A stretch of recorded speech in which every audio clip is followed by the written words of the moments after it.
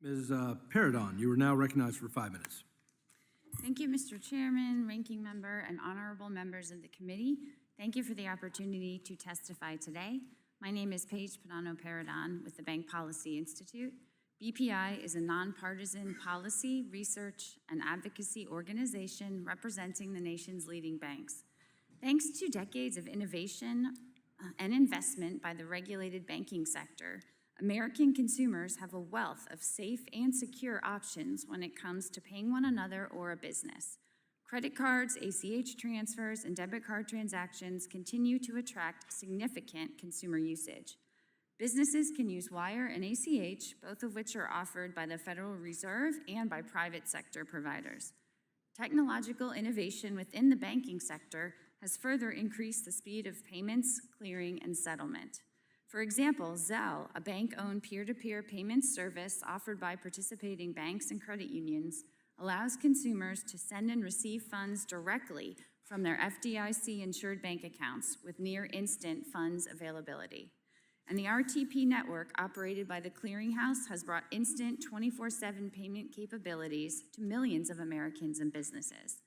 Banks are also using blockchain technology to develop deposit tokens and tokenized asset platforms to enable instant commercial payments and atomic settlement, and they are creating networks to allow for interoperability. Banks embrace innovation and welcome competition when it is based on products and services, not the ability to evade regulation and supervision. Banks are subject to prudential requirements designed to ensure safety and soundness, such as capital requirements, deposit insurance, and discount window access. Cybersecurity, which is perhaps the biggest risk to the payments ecosystem currently, is an area where banks invest heavily. Banks' protections and safeguards are not barriers to progress. They protect customers and secure the ecosystem. While banks offer innovative payments products within a robust regulatory framework, in recent years, limited purpose or novel charters have been offered at both the state and federal levels.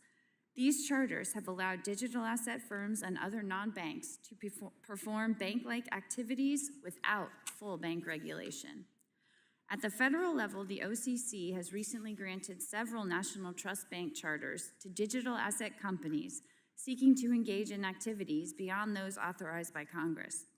National trust banks are authorized to and have historically engaged in limited trust activities.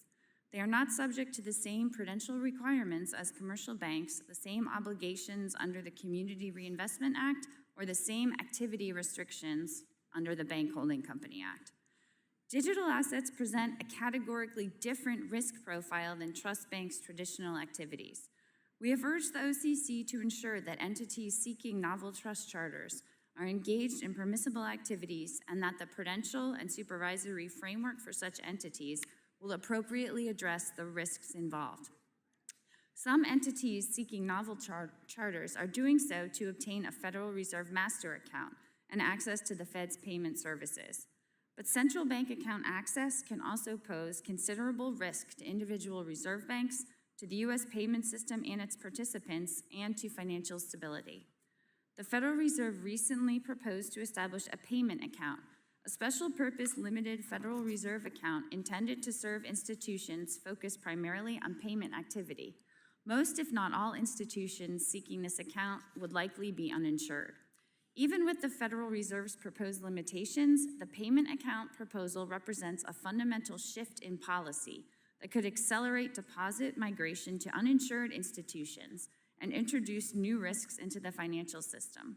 For example, uninsured institutions are more susceptible to runs, especially during times of stress.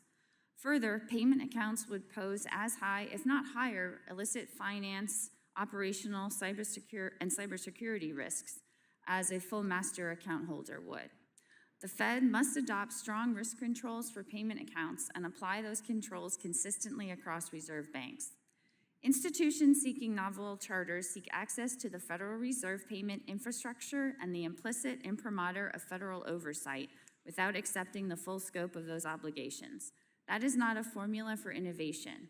It is a formula for regulatory arbitrage and for the gradual erosion of the safety and soundness standards that protect the American public. Thank you, and I look forward to your question.